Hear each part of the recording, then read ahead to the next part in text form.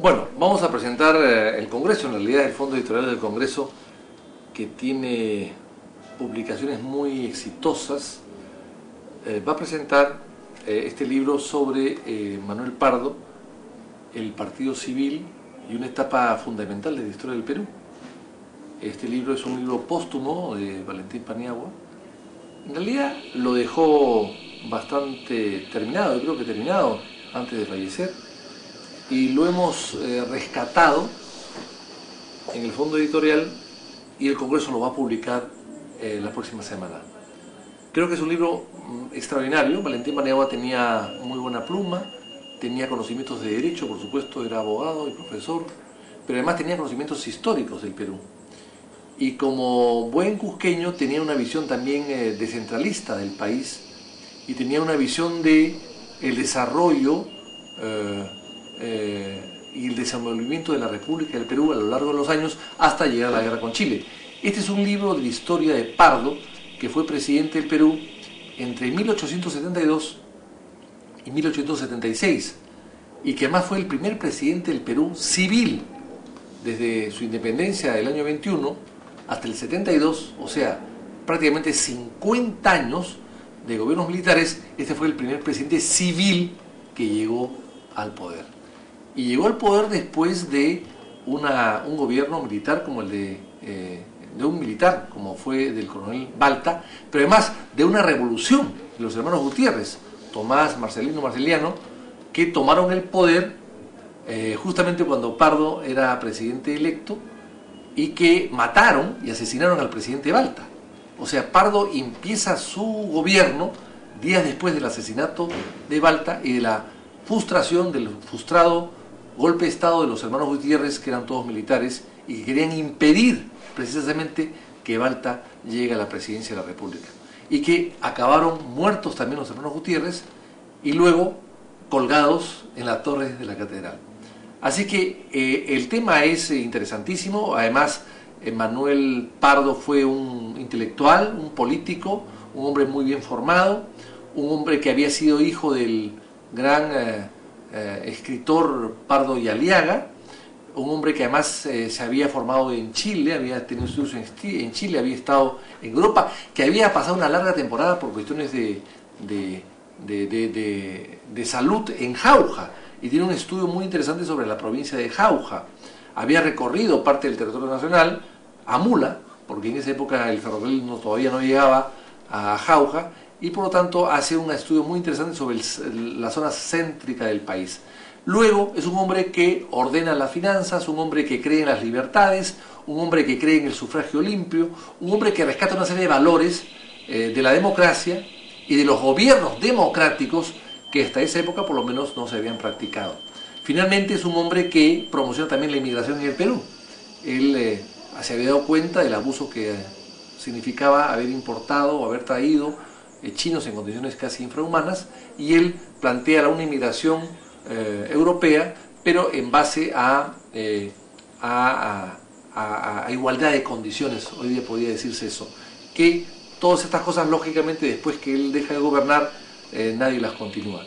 Pero además Balta tiene ordena la hacienda pública. Había sido secretario de Hacienda por muy poco tiempo, en época de Manuel Ignacio Prado del año 65, luego había sido por poco tiempo alcalde de la ciudad, de tal manera que tenía un bagaje importante de conocimiento del manejo de los asuntos del Estado.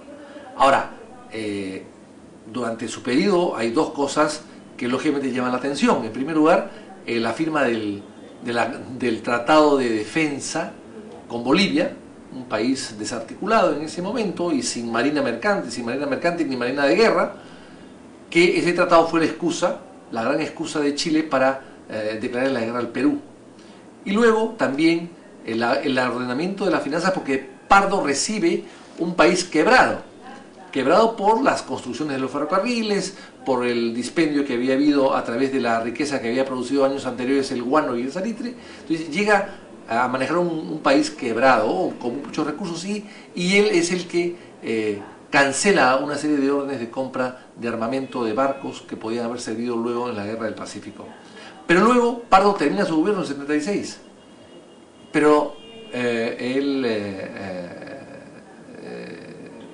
vuelve al Senado, vuelve a ser presidente del Senado, vuelve a ser senador, vuelve a esta casa, al Congreso de la República, y aquí, en esta casa, a pocos metros de esta oficina, Pardo es asesinado por Montoya, Melchor Montoya, un sargento que en vez de rendirle honores le descarga algunos tiros y muere con una frase que lo ha inmortalizado: ¿quién me está matando? ¿Quién me ha matado a matar? ¿Quién me está quién quiere que muera, ¿no? ¿Quién me está matando? Porque, claro, en el caso de Melchor, evidentemente un sargento de muy pocas luces, nadie se imaginó que él podía ser el autor intelectual de este complot de asesinato.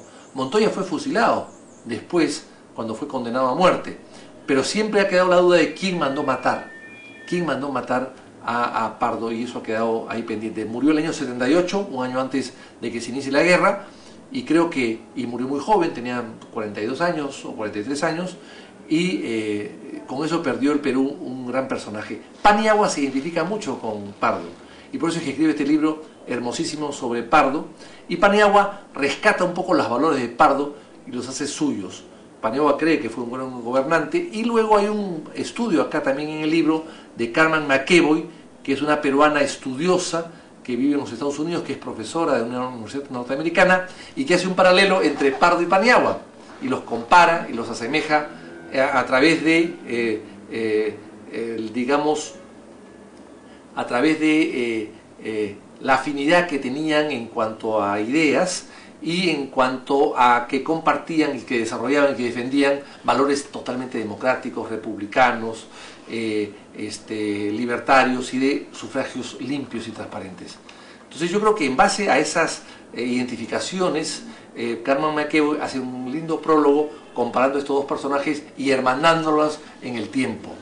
Y creo que eso es parte también del éxito de esta publicación, el prólogo de Carmen McEvoy, y también algunas palabras que dirá en su momento Juan Inchauste, que fue ministro del presidente Paniagua, ministro del presidente Belaúnde y gran amigo de Paniagua, y además cusqueño como él.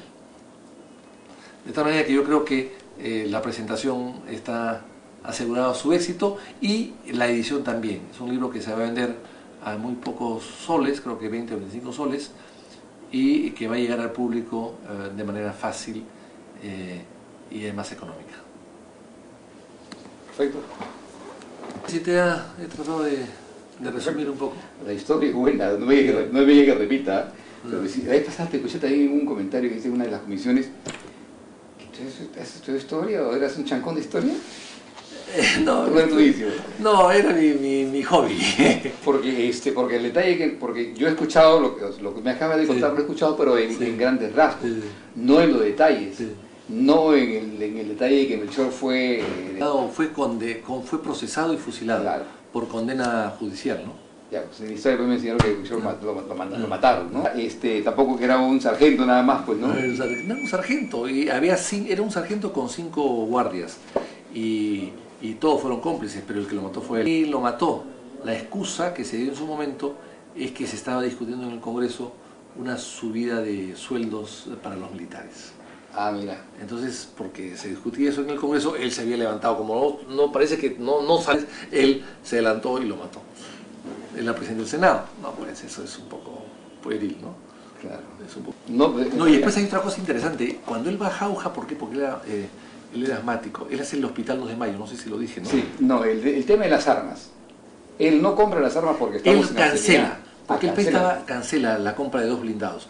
Pero es que el país estaba quebrado. No es que se había negado, no había cómo pagarlos. Y se canceló la orden. Eso es lo que pasó. Entonces era por eso. Sí, ahora 2 blindados hubiesen cambiado el curso de la guerra. No. El Chile estaba muy preparado. Chile estaba armado por un enemigo peligroso, un vecino peligroso. Pero además Pardo es algo que no dije ahí. Por ejemplo, cuando los segundos auxiliares hacen una revolución a Malta, él se va con Grau, con Miguel Grau. Y ahí está la frase de Grau abajo hay un cuadro precioso en el comedor. Sí. Donde en la Armada, él condena el golpe de Estado y no lo respalda, a pesar que era un golpe de Estado militar. Claro. Entonces Grau está en la legalidad, y la legalidad es que Pardo asuma, porque Pardo debía ganar las elecciones.